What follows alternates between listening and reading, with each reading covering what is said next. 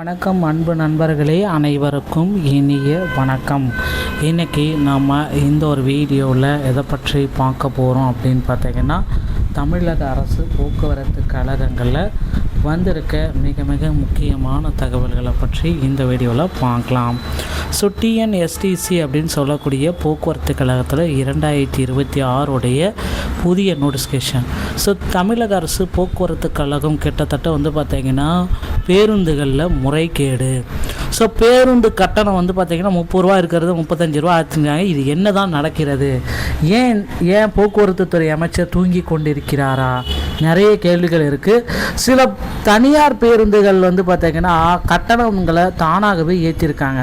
எந்த விதமான அப்டேட்டும் இல்லை, அரசு அறிவிப்பு எதுவுமே இல்லாமல் 30 ரூபா இருக்கிறது 35 ரூபா டிக்கெட் போடுறாங்க. டிக்கெட்டே பார்த்திங்கன்னா நிறைய பேர் இதை குற்றம் சாட்டியிருக்காங்க. நிறைய பேர் இப்படியெல்லாம் வாங்கவே கூடாது, அரசு அறிவிப்பு இல்லாமல் எதற்காக பேருந்து, ஏன் இந்த மாதிரி பேருந்து தயவுசெய்து அரசுக்கு கொடுக்க முடியலன்னா வேறு யாருக்குன்னா கொடுத்துட்டு போங்க, இல்லை அந்த பேருந்துடைய உரிமத்தை ரத்து பண்ணுங்க அப்படின்னு நிறைய பேர் கோரிக்கை வைக்கிறாங்க. நிறைய பேர் பார்த்திங்கன்னா பேருந்து கட்டணம், ஸோ பஸ் ஃபேர் பார்த்திங்கன்னா மறைமுகமாக இன்க்ரீஸ் ஆகிருக்கு. ஸோ இது யார் காரணம்? இந்த டிஎன்எஸ்டிசியோடைய ப்ரைவேட்டில் ஒர்க் பண்ணுற பஸ்ஸு. இப்போ ஒவ்வொரு டிப்போலையுமே பார்த்திங்கன்னா கவர்மெண்ட் பஸ் இருக்கும், பஸ் ஸ்டாண்டில் பார்த்திங்கன்னா ப்ரைவேட் பஸ்ஸும் இருக்கும். ஸோ இந்த ப்ரைவேட் பஸ்கள் பார்த்திங்கன்னா அதிக அளவில் இருக்குது.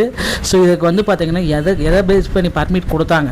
ஸோ முடிஞ்சால் அந்த பர்மிட்டை கேன்சல் பண்ணுங்கள். ஏன்னா டிக்கெட் பார்த்திங்கன்னா ஏற்றுறது அவங்களுக்கு ஒரு சாதாரண விஷயமா இருக்கும்.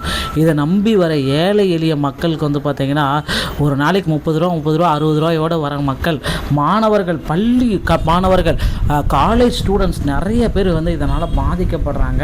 ஸோ டிஎன்எஸ்டிசி இதற்கு பார்த்திங்கன்னா முக்கியமாக முடிவெடுக்கணும்.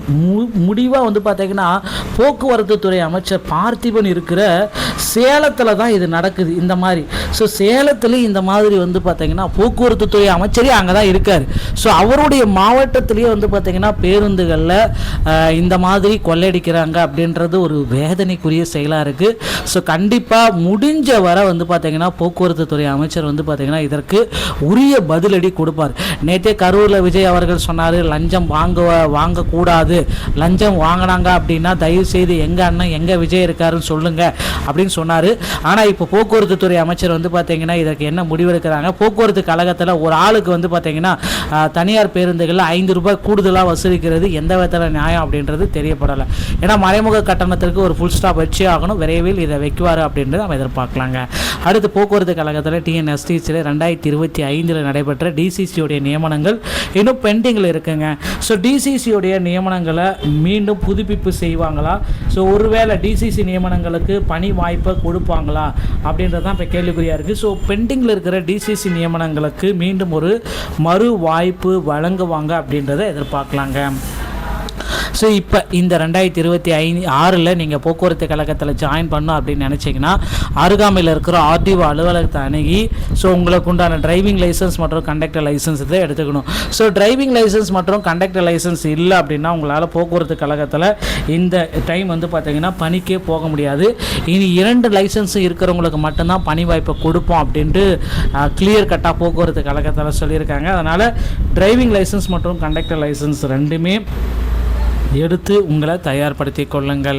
மக்களே, போக்குவரத்து கழகத்தில் நீங்கள் ஜாயின் பண்ணால் கண்டக்டர் லைசன்ஸ் வாங்கணும் அப்படின்னா தமிழ்நாடு திறன் மேம்பாட்டு கழகத்தின் மூலமாக ஃபர்ஸ்ட் எய்ட் சான்றிதழை நீங்கள் பெறக்கூடிய சுச்சுவேஷனுக்கு தள்ளப்படுறீங்க. அதனால் உடனடியாக ஸ்கில் டெவலப்மெண்ட்டில் போய்ட்டு தமிழ்நாடு திறன் மேம்பாட்டு கழகத்தில் போய்ட்டு ஃபர்ஸ்ட் எய்ட் சான்றிதழை வாங்கிட்டு அதன் பிறகு நீங்கள் கண்டக்டர் லைசன்ஸை பெற்றுக்கொள்ளலாம்.